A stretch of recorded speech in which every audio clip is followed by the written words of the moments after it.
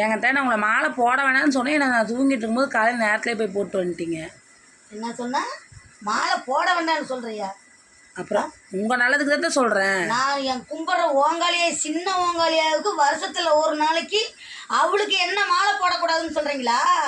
நீயாகட்டும் உன் புருஷனாகட்டும் அந்த சாமிக்கு மாலை போடக்கூடாதுன்னு யாருக்கும் சொல்கிறதுக்கு உரிமை கிடையாது. அவள் என் அம்மா, என் தெய்வம்.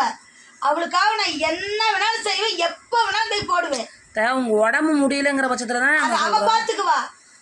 2 நேரம் தண்ணி ஊற்றணும், விரதம் இருக்கணும், செருப்பு போடக்கூடாது.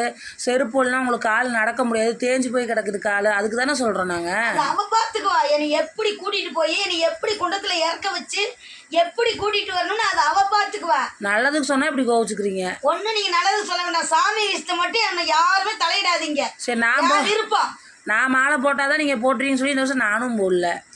நீ போடுச்சுன்னா உன்னால் போய் நின்று இறங்குறதுக்கு முடியல, என்னால் இறங்க முடியாதுல்ல. என்னை அந்த எந்த நேரத்துக்கு என்ன கூப்பிட்றாலும் அந்த நேரத்துக்கு நம்ம இறங்கிட்டு வருவோம். சரி, வீடு வாசலாம் சுத்தம் பண்ணுறீங்க. இன்றைக்கி தீர்த்த கூட நாளைக்கு வாங்காளியம்மனுக்கு அளவு குத்துறாங்க. சரி, அப்பயும் பண்ணுற மாதிரி இன்றைக்கி எல்லாம் வலிச்சு விட்ருப்பீங்கன்னு நான் நினச்சி காலை நேரத்தில் போய் போட்டு வந்துட்டீங்க. அப்படி நீ நினச்சிக்கிட்டு நான் பாட்டுன்னு போடலாம் தான் சொல்லுவேன். திடீர்னு வீடு வாசல் வடிச்சுட்டு பார்த்தியா காலையில் 5 மணிக்கே போய் போட்டு வந்துட்டேன். யாரும் என்னை பார்க்கல, நீங்கள் எங்கத்த மாலை போட போறேன்னு கூட கேட்கல. உங்களுக்கு தெரியாமல் நம்ம போட்டு வந்துட்டோம் பார்த்தியா. நல்லது காலம் இல்லத்த.